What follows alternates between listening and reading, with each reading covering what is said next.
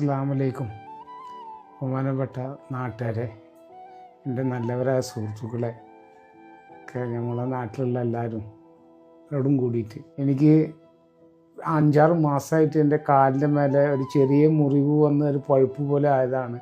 ആ വിരൽ മുറിച്ച് കളഞ്ഞ് ഇപ്പോൾ കാലിൻ്റെ തള്ളവിരൽ മാത്രമാണ് എനിക്ക് ആകെ ബാക്കി നിൽക്കുന്നത്. ഇതെന്താ അസുഖം എന്ന് അറിഞ്ഞില്ല. മെഡിക്കൽ കോളേജിൽ നിന്ന് കാല് മുറിച്ച് കളയാൻ പറഞ്ഞതാണ്. അങ്ങനെ പാലക്കാട് ഹോസ്പിറ്റലിൽ കൊണ്ടുപോയപ്പോൾ അവിടുന്ന് കാല് മുറിക്കണ്ട, കാലിൻ്റെ ഈ അവസ്ഥ ഇപ്പോൾ കഴിഞ്ഞ ഒരാഴ്ച മുന്നെയാണ് എനിക്ക് 1.5 ലക്ഷം രൂപ ചിലവാക്കിയിട്ട് ഒരു ഓപ്പറേഷൻ നടത്തിയത്.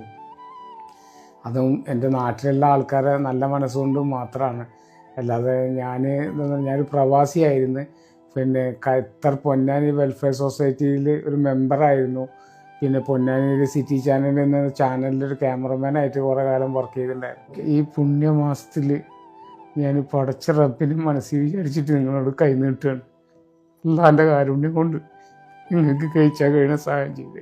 എല്ലാവർക്കും നമസ്കാരം, അസ്സലാമലൈക്കും. ഷജീർ പഴയന്നൂരാണ്.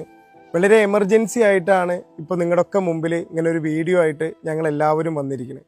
ഞാനിപ്പോൾ ഉള്ളത് മലപ്പുറം ജില്ലയിൽ പൊന്നാനി മുനിസിപ്പാലിറ്റിയിൽ ചന്തപ്പടി വാർഡ് 5 താമസിക്കുന്ന ജംഷീദ് എന്ന് പറയുന്ന ഇക്കാൻ്റെ ഒരു ചികിത്സ ആവശ്യമായിട്ടാണ് ഞങ്ങളെല്ലാവരും വന്നിരിക്കുന്നത്.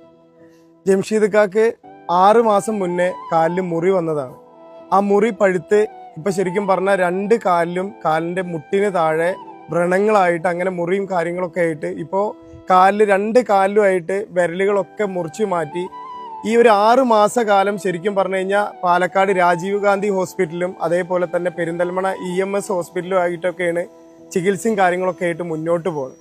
ഒരു മാസം തന്നെ 50,000 രൂപയുടെ അടുത്ത് മരുന്നിനാണെങ്കിലും അതേപോലെ തന്നെ ആംബുലൻസ് വിളിച്ചിട്ടാണ് ഇവിടുത്തെ കമ്മിറ്റിയും കാര്യങ്ങളൊക്കെ ആളെ കൊണ്ടുപോകുന്നത്. ആളുടെ ഉപ്പ മരണപ്പെട്ടാണ്, ഉമ്മ മരണപ്പെട്ടാണ്, ആകെ ഉള്ളത് ഭാര്യയും 3 മക്കളാണ്.